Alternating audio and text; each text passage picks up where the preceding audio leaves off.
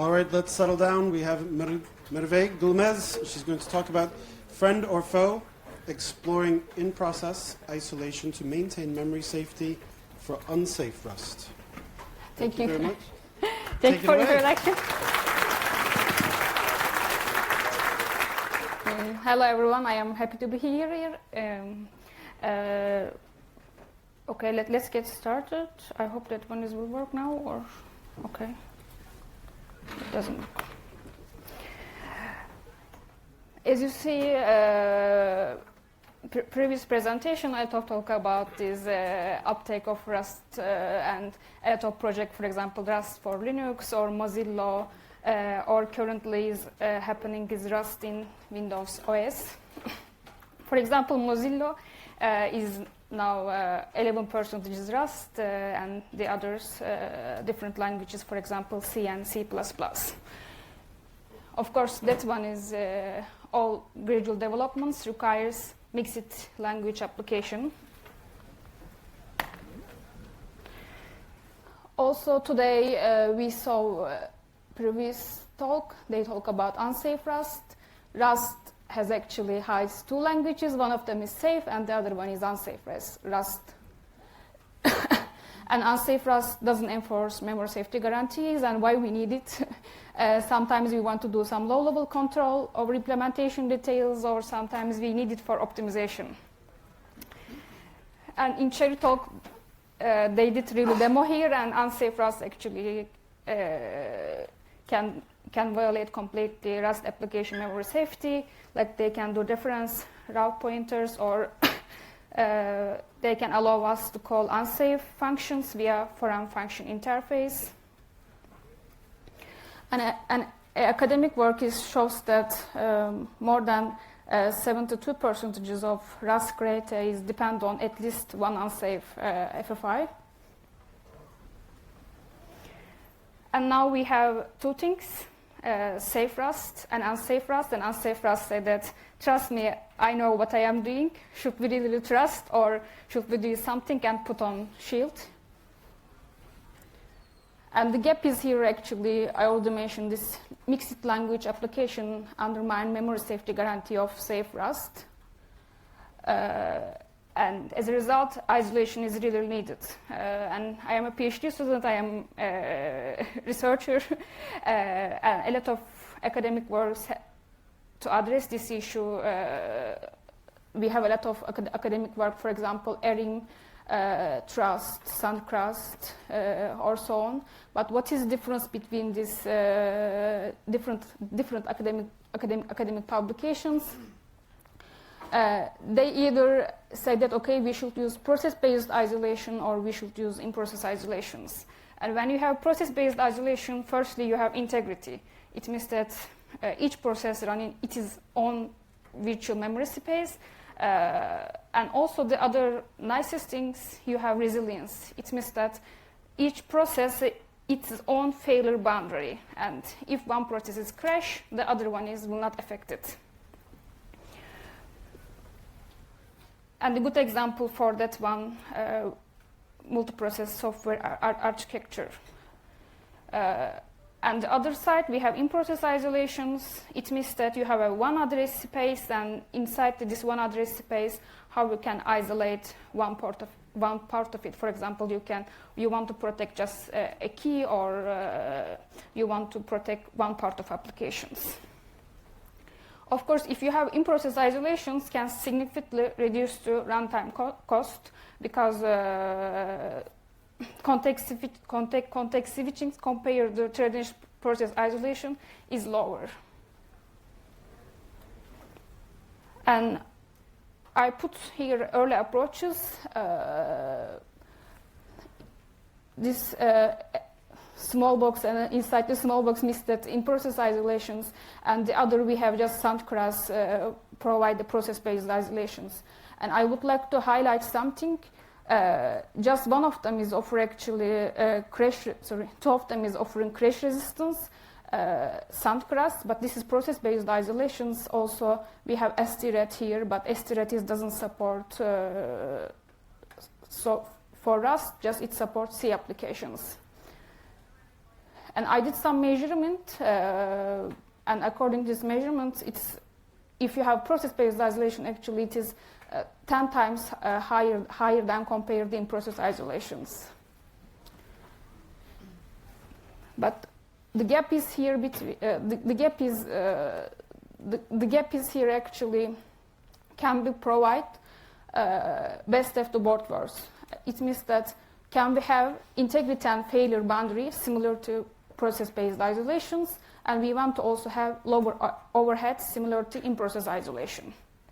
And my goal is firstly maintain the Rust application safety, and also we want to increase the software resilience of Rust applications, and also how we can provide ease of use in the development. In my early work, we provide some approach for C applications. This is secure rewind and discard, and this is an approach for recovering vulnerable application after an attack is detected. And how we achieve that stuff? Firstly, we compartmentalize the application into distinct domains, and we want to make sure that a memory defect with a domain must only affect that domain memory. And this approach is rely on hardware-assisted software fault-based isolation. This is a protection key for user space. And also how I detect it, I use different pre-existing detection mechanisms, for example, stack canaries and domain violations. And as a result of this work, we publish some C library, STRED library. If you want to check out, you can scan the QR code. Now, I would like to explain the high-level idea. We have function f, and we have unsafe. And if we write just sandbox on top of that, we want to have some memory safety guarantees, and we want to have some isolation. And let's get started. We have parent domain, and we want to run this function f in the another domains. Another domain means stack and heap isolations. It means that I want to run this function f in the another domain. And to run my function in the nested domain D, firstly I need to push the argument. I need to enter domain D and pull argument from the parent domain and invoke f. I am executing the applications, execute the function f, and the question is that is there something bad or not? But we have a guarantee that now nested domain, if nested domain has some memory vulnerability, it will not affect the parent domain memory. It means that parent domain actually is still secure. And I am offering saying that you don't need to crash your application. Actually, you can just continue the execution. How I am offering? Probably all of you know that this Rust has some API for panic, and we run the function f in the nested domain, and after that we are checking the result. If results say that yes, you have something bad things happens, and like for example I can detect stack memory overflow or domain violations, it will return error. If everything is okay, we don't need to do anything, it will just return okay. But the idea is that actually we are using this API, panic, but we are actually adding a new feature. Panic has also memory safety guarantees. It means that when panic happens, you can still continue your execution. And after that, I explain this rewind and discard. And if nothing happens, if we didn't detect any memory safety violations, we will just push mutable arguments and return value, and we will return parent domain. For this all process in high-level idea, this STRAT API, C API is already offering this pink box, but the point for this blue box, how we can track the rest the types of the arguments and how we can push to another domain, how we can pull it again. And probably all of you know that Rust, we have a lot of serialization creator. And what is serialization means? Serializations, we should encode the data in a format, like I just put it in a jar, and after that we should deserialize. When we jump to the nested domain, we should deserialize. And as a case study, I work on two Rust creator, beancode and abominations. Beancode is transform data in a common binary representations that allows passing data between different platforms. And already mentioned that Sandcras is process-based isolation mechanisms and that uses beancode. But actually, we realized that actually beancode for our cases is redundant because Sandcras and also STRAT FFI, we are just in single platform. And I explore abominations is based on Rust object memory layout presentations, but it is just for specific single platform. And it doesn't store any metadata or any type systems. It can deserialize place without need for another copy operation. And we realized that abomination is efficient and suitable for our purpose. And we did some benchmarking. Snappy is a fast comparison C library from Google, and it designed for high-speed compression and decompression of data. And also presented as a FFI example in the Rust books. And what we compress and uncompress randomly generated data of different sizes, and we measure execution time of each operation for different serialization creators like beancode and abomination. I show as a demo here. When I did all stuff, I just used sandbox macro, and sandbox macro is ensure that this compress function is completely run in the different domain and it will not affect the parent domain. And uncompress is also here. Here we tested with different number of bytes, and this is the execution time. What is our lesson learned stuff? Of course, if you have number of bytes, if it is smaller, in-process isolation approach clearly outperforms compared to process-based isolations. Because if you have in-process isolation, you will not so much overhead. But the interesting start with later, we realized that even for modestly sized arguments, the context switch cause is not important anymore, dominated by data serializations method, what you use.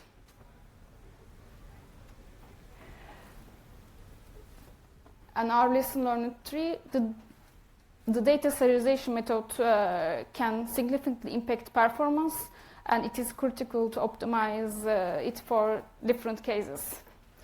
Like if you are working on this serialization creator or developing, we can talk about it, how we can improve or how we can fit our use cases. In summary, we introduced secure rewind and discard with isolated domains for Rust FFI.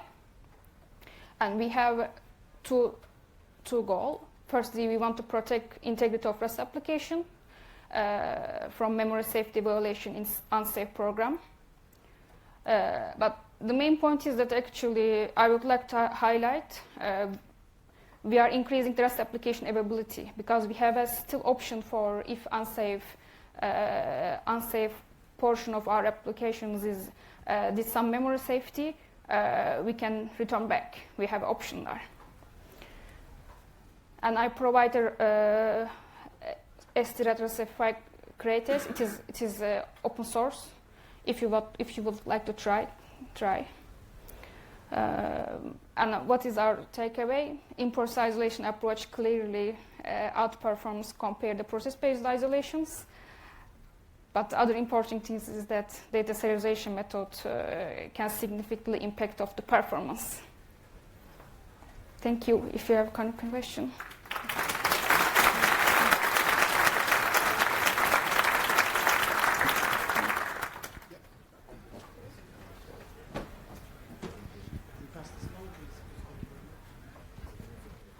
Can you quickly explain how these domains actually work? Like, how do you enter a domain, and how do you define what part of memory is part of the domain and what's outside the domain? Of course, it is actually handled by my C library before that. I wrote it. But if for RAS perspective, if you use just sandbox macro, it will automatically handle it. But if you go into details, for each domain, I will create a new stack and new heap memory area. There is some talk about it. They talk about this allocator. You can specify for allocators for specific domain. Entering a new stack, what does it mean? Just change the stack pointer, and try continue your execution there. But so you do a stack switch, and then yeah, you exactly. jump to an entry point. But the important point to do this rewind and discard, you should first save your execution context in secure way. Like this is the point how we can recover. Right, that's kind of like set jump and long jump style. Yeah, Similar. set jump, long jump, but in a secure way. Now we have a guarantee that this. You don't. Yeah, and then you use some hardware mechanism to make sure that Yeah, exactly. certain memory is only accessible. Yeah, exactly. That's domain. true. Yeah, that's completely true. And this is the Intel feature, and we are using that one. It is lightweight. That's why. Because you don't need system calls. You don't. Yeah, exactly. There's no kernel round trip. Okay. Yeah, exactly. Okay. You completely got everything now. I think.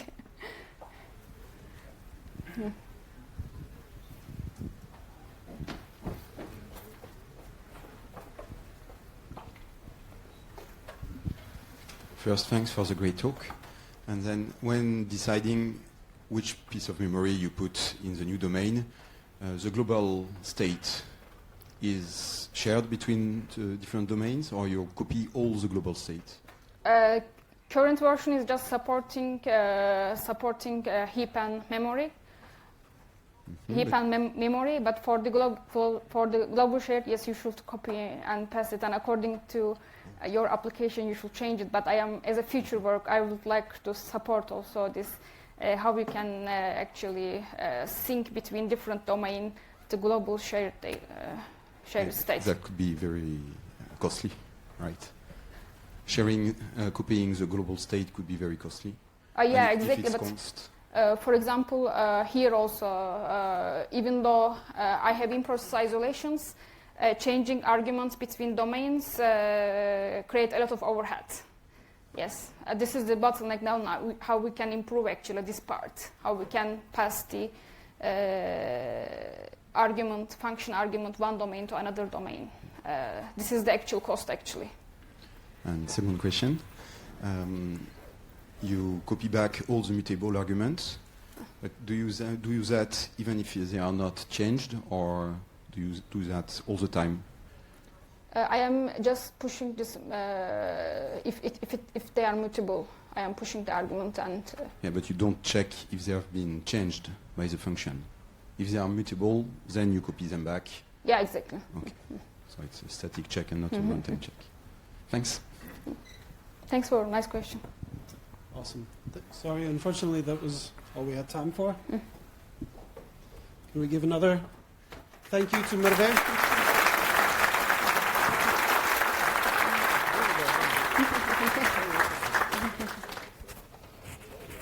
done with your PhD? Last year.